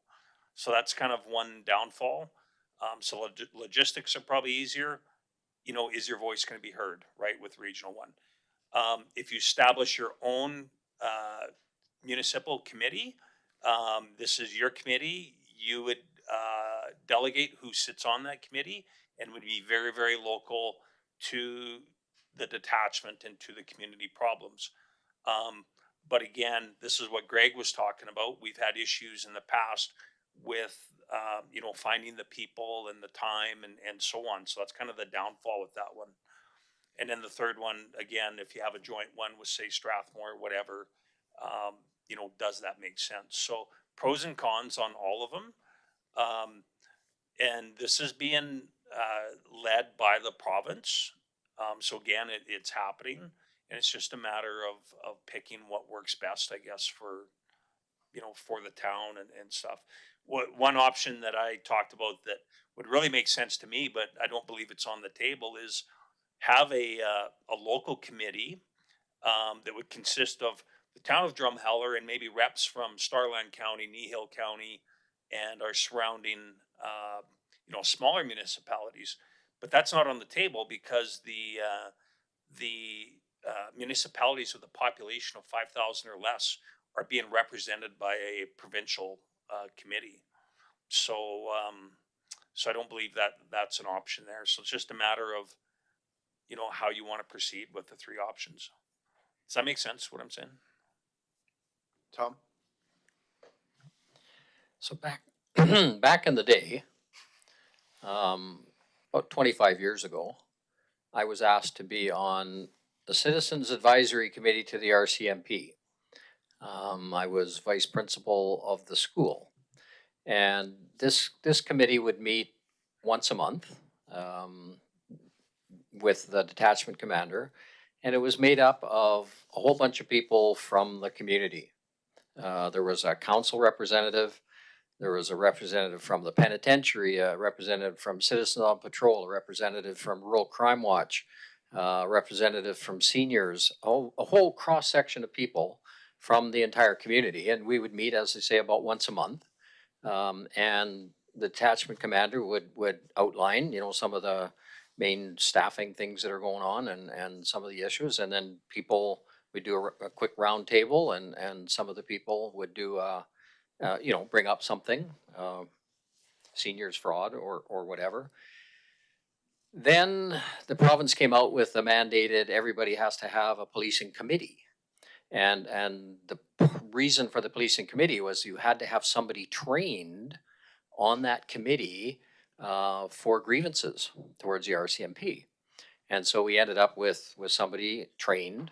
I don't know if we ever had any grievances, maybe one or two, or anyways, it was kind of redundant with the CAC because we had a police committee and then we had a citizens advisory committee. And so it kind of fell apart, kind of both of them. And now but the CAC for many, many years seemed to be very effective, seemed to have a very good voice in the community, and there were a lot of very involved people. And so I would hope and suggest that we have an opportunity now to maybe revisit that. And again, my suggestion would be, well, the area that would be represented would be the detachment's area, right? I mean, that makes perfect sense to me. Whatever, I mean, you go to Highway 21, you go to, Hannah or, whatever, whoever's in that area could be invited to be on this committee. Because we did, as I say, in the past, have people, Rural Crime Watch people. We had, anyways, all sorts of people. The biggest product of that, of course, was the policing survey that we came up with that, kind of put a survey out there to the people in Drumheller and give them a little bit of a sense of, policing oversight, which is incredible, in our day and age. There's lots of places in this country and this world where there is no police oversight, absolutely none. And so I don't know, I think this is an opportunity where, and I've talked to people who used to be on that committee and they were just a little bit disappointed that it kind of fell apart, and I don't know if they might still want to be involved, but it seemed to be a good thing, and I think we might have an opportunity here. There's no option though to use, as the staff sergeant has said, the smaller, there's not an option to make it parts of the counties that are under, it's not, what they're giving us is, it's not an option to include that. Tony?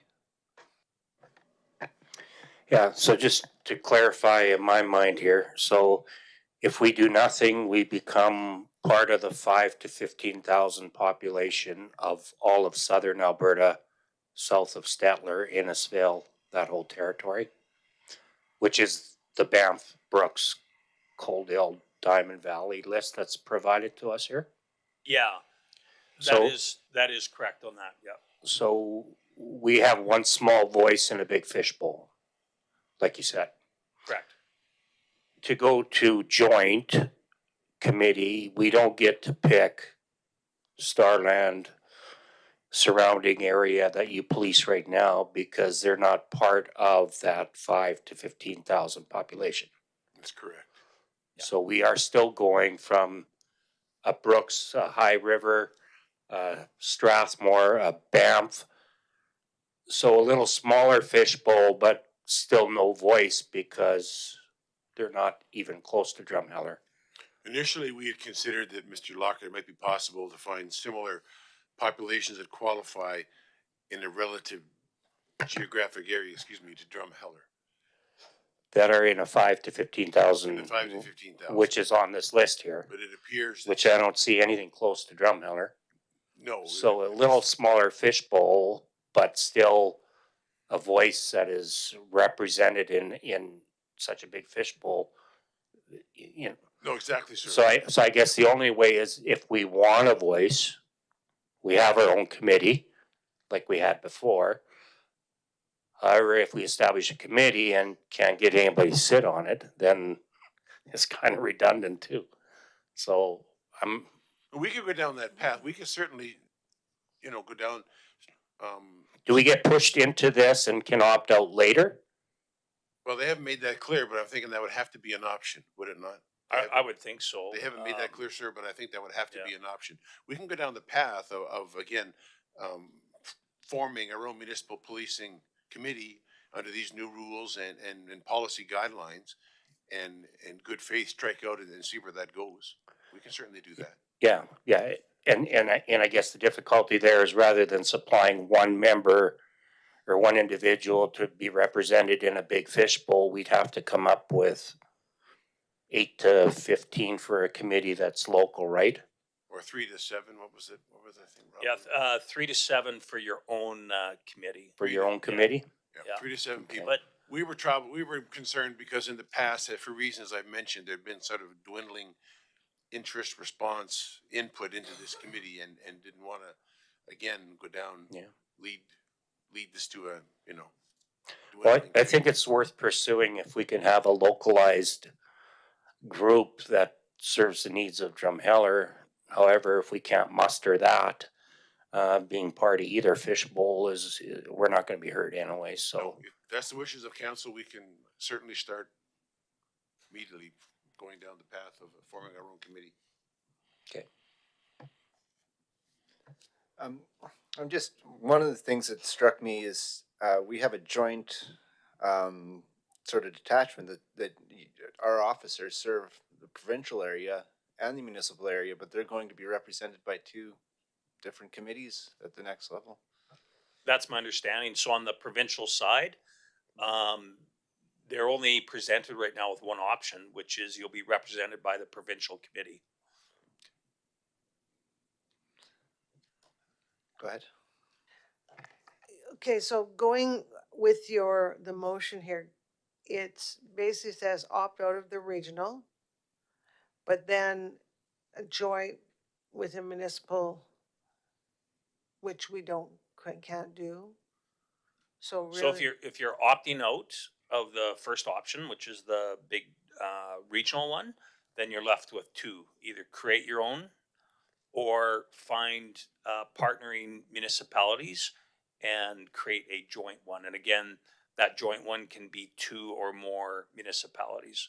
So when I looked at this, and Greg and I have talked about this a lot, and I always try and find the pros and cons and everything. And there's some things that come to mind. I've talked to some detachments that said it looks like their municipalities are going to jump on board with the regional one, for the reason being that everything's going good. There's lots of good communication and so on. It's less work, it's less time, it's less money. So they're going to go with the district one. But again, is the voice going to be heard when it needs to be heard? And then I would throw this out there. If they're establishing the detachment priorities, and those priorities are not what your municipality wants or don't address your needs, are you now committed with going, with detachment priorities for your community that really don't fit your community? I don't know the answer to that, but it's definitely come to mind. Yeah, so I agree. So I just want to be clear, because it says investigate the possibility of forming a joint municipal policing advisory committee with 1 or more municipalities. So is 1 like just us? Or do we have to find us? Do we have to find Is somebody? it 1 or more or 2 or more? It says with 1 or 2, more. It's 2 or more. So in this case, if we used, so I'll give you another thing that I thought about. We are most certainly have some commonality with the Three Hills detachment area and the Hannah detachment area, but they fall under the provincial policing agreement, so they're being taken care of by the province. So if we were going to partner with somebody, that's who you would ideally want to partner with, but they're off the table. They're being covered by the province. So then again, I talked to Strathmore, there's no commonality there, not enough to justify that. So then the next closest would probably be the Olds detachment, very similar in population, probably very similar in types of calls and stuff. But do we want a committee, that consists of us and Olds? I just don't know that that makes sense because they're still, an hour and a half away, and I think there's probably some uniqueness to each community. So that's why I'm saying, can't we have on this motion, if there's no, like, cause to me, you can't really have a joint municipal, cause it doesn't, yeah, it's not making any sense. How are you gonna Mhm. find somebody? So can it have an individual municipal option? Can we like add that to the motion? Cause it seems to be missing that, or I'm That's not one of the reading options, this right. isn't it? Well, one of the options is to form our own, but are you looking at the possibility of forming either a joint municipal or a municipal? So we've got two options? That's Yeah, not cause very right here, it just decisive. says opt out of the regional and investigate the possibility of forming a joint municipal policing advisory committee. It doesn't say or operate on your own. One of the, Tony? option Oh, one sorry. would be to operate on our own. Sorry, go ahead, Tony. That was the question I had earlier. If we do nothing and default into the provincial one, can we still investigate local municipality one and opt out later? Or do we have to pass this motion tonight?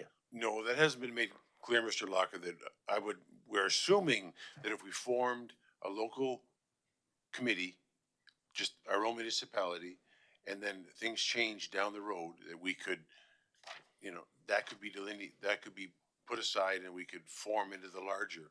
I'm assuming, but that's not written anywhere, is it, Rob, that we can see that that No. would be permissible, but I can't see why that Yeah. would not be permitted. And I'm saying if we don't make a motion at all tonight and investigate the ability to create maybe a partner with, I don't even know who you partner No, with. exactly, no. It would come down to, is there an ability for Drumheller to form its own committee and just at that point make a motion to opt out of the regional and form this committee No. rather than doing it now? No, exactly. No, I can consult with the province. We can do some more, make more inquiries and come back to council with more, because that is not clear from, I've got piles of stuff here that I've read and brought with me. That's not in any of the. Because I think we all agree that we don't want to be part of the South and get lost in the fishbowl. Yep. And being part of a joint municipal one is the same fishbowl. We're still lost in there. So it comes down to we either have none or we don't care if we're lost. Decision, right? No, we can make more, we can make more further inquiry and to see what the options would be if we form our own and then change our mind. Do we then are absorbed into the regional? And I think that's probably what would happen because they're mandating participation, right? In Yeah. this, they're mandating this. So I would assume Has to be one, that would yeah. be. And there are some open-ended things they have not covered off. And I guess if that's where we want to go, we just deny the motion because it's on the Yes. floor, is it not? Yes. So just Yeah, no, there's a motion on the floor. And we can either defeat it, table it for more information, or go with it. Before we continue, yeah. Crystal?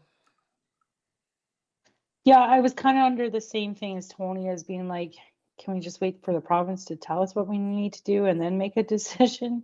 Because I feel like it's just, it's hard to make a decision when we don't actually have all the information from the province yet. And it seems like they haven't really figured it out either. I'm just, yeah. No, that is common, Mr. Serrata. There's not, other municipalities are in agreement with that, what you're saying. just if I could add a couple things, to keep in mind. When you talk about the regional group, nobody knows what that's going to look like because a lot of municipalities haven't decided this yet. So it could involve multiple municipalities, or it could involve very few.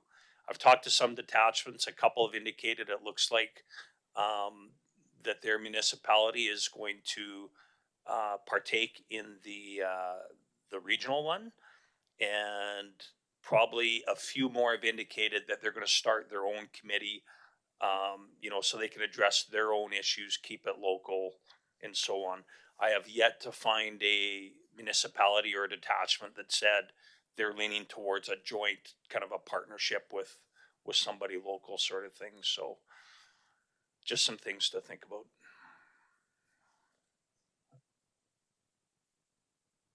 Go ahead, Steph. Yeah, did we, I don't know if Statler would fall in under the joint municipality, cause they're a little bit closer than Olds, or, I don't know. That's a logical consideration, Ms. Price, but it's in a different district. Oh, okay. Is it not? It is in a different district, yeah. Yes. And we don't know, we don't know that that's off the table because of that, but But most what we have in front certainly, of us, yeah. what we have in front of us now, it would seem to be off the table. Okay, so there is a motion on the floor, a few options that we could table it, or we could withdraw the motion because we're not sure about the Joint Municipal Advisory Committee part of it, and then table the discussion. What would be the preferable way of going about this? Okay. Go ahead. Sorry, just to add to the conversation, if you defeat the motion, to bring it back, if we decide farther down the road to move ahead with this motion that's on the floor, it would be troublesome. So I would recommend, if this isn't a decision council wants to make right now, that I would withdraw the motion and then make a new motion to table the item until the next meeting where we have more information.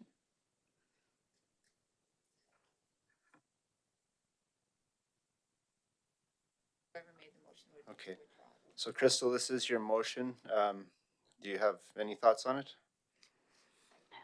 Yeah, exactly what Esther said. I should have wrote it down. Yeah, no, I think whatever is easiest for us to bring it back is what we should be doing. So amending the motion to, You're moving to withdraw your motion?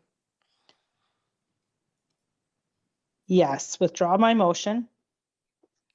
You're agreeable to that? Heather, is a second? Yeah. All in favor then? Carried, the motion's been withdrawn.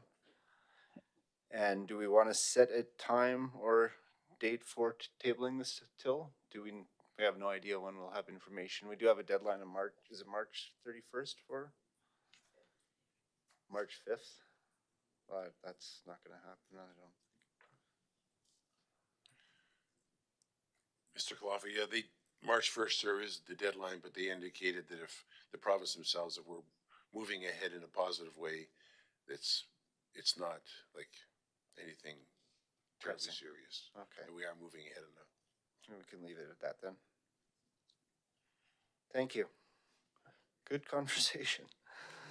We'll go on then to 9.4.1, electric vehicle chargers. Thank you, Your Worship, members of council. Before you is a report or a request for decision on electric vehicle chargers. I will be presenting Jared Bronstein, Director of Infrastructure Services. This was brought to the committee whole back in January 13th, 2005, and the discussion alluded to that council, or the committee recommended to council that we would discontinue the use of EV charging within the community, and we'll look for a third-party provider to facilitate EV charging at no cost to the municipality. I would like to bring up that AV Munis has brought forward a new grant program for electrical vehicle charging for municipalities. It is only a 46% grant funded up to a maximum of $100,000. So the municipality would still need to come up with the 54% of those electric charging units.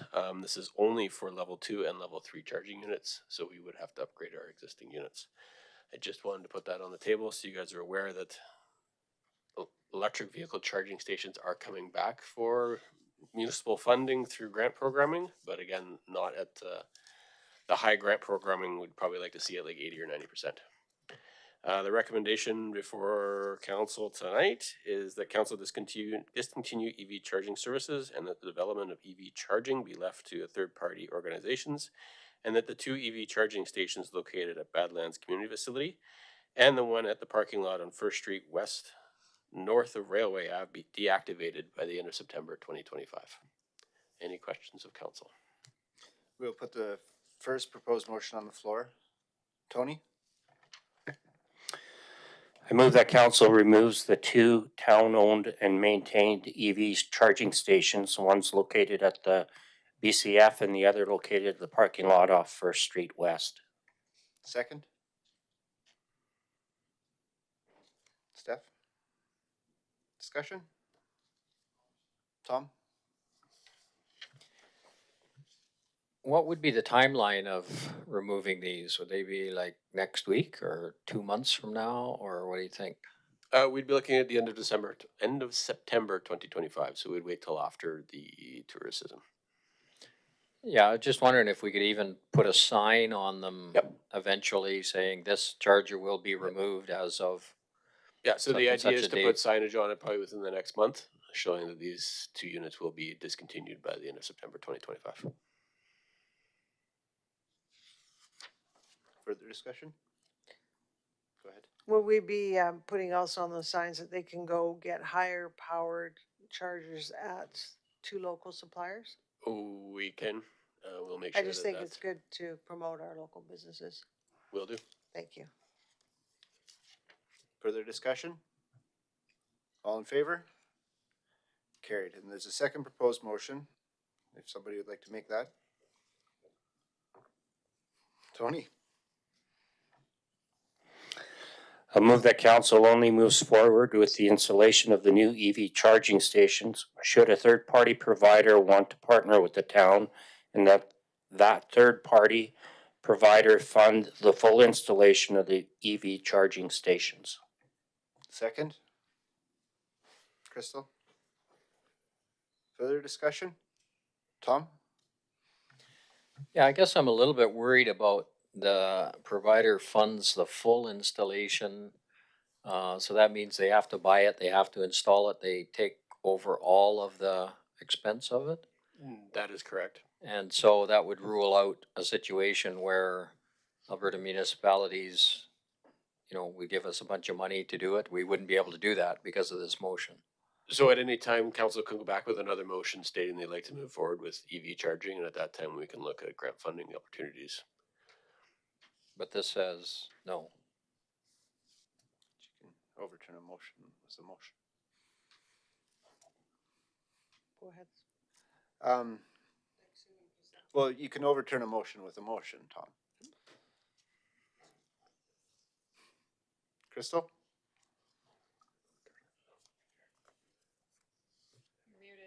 You're muted. Sorry, I lowered my hand, but didn't unmute. That was kind of my question too, is as long as we could, one or the other, right? If that grant funding does come, then maybe that's a motion we can make. But if that grant funding doesn't come before a private, then we can allow that private investor to invest in them. So that was just my question. Thanks. Go ahead. And possibly our contribution in that would be if they wanted to provide, like, for example, at the BCF where it's at right now, and if they wanted to install there, we'd be supplying the land. So is that? That is correct. That would be the municipal contribution for any of these installations, would be the land. And I think, in defense to those who fill up their vehicles with gasoline, we don't subsidize that. So I'm not sure why we would subsidize this, other than the fact that, supplying a spot is one thing. But this has come to me quite a bit with people that are frustrated that we're paying for somebody else's electrical vehicles. So I'm all in favor of this motion. Further discussion? I'm just curious. I forget the price points that you had on, ones that would be a viable one for tourists to use. They're obviously over the $100,000 that Alberta municipalities would cover only 6% of, wouldn't it?